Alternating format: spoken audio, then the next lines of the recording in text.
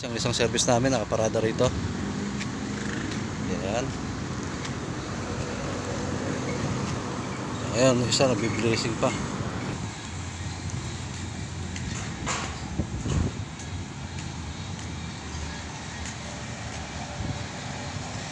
Ayan, ang hari na yan guys. Oh.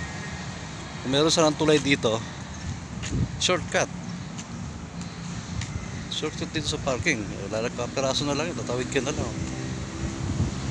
Ito yung isang service. Yan. Ayan. Yung isa ayaw sa simbahan, biblisingan ngayon.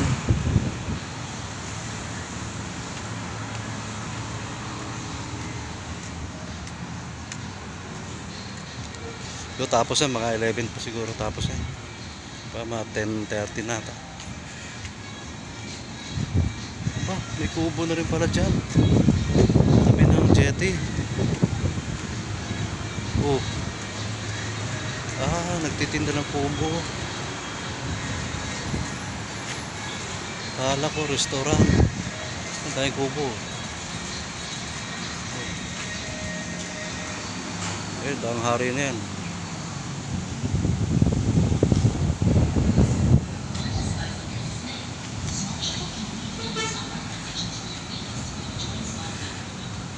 Nagdadatingan pa lang.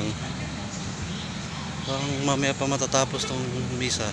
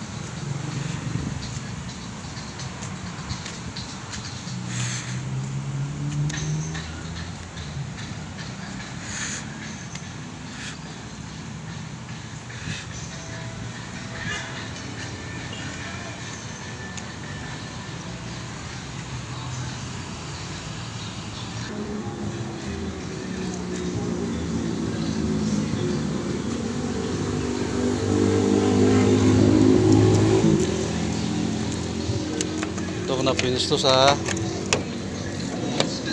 tapat para mabilis. Ito tapos yung isa.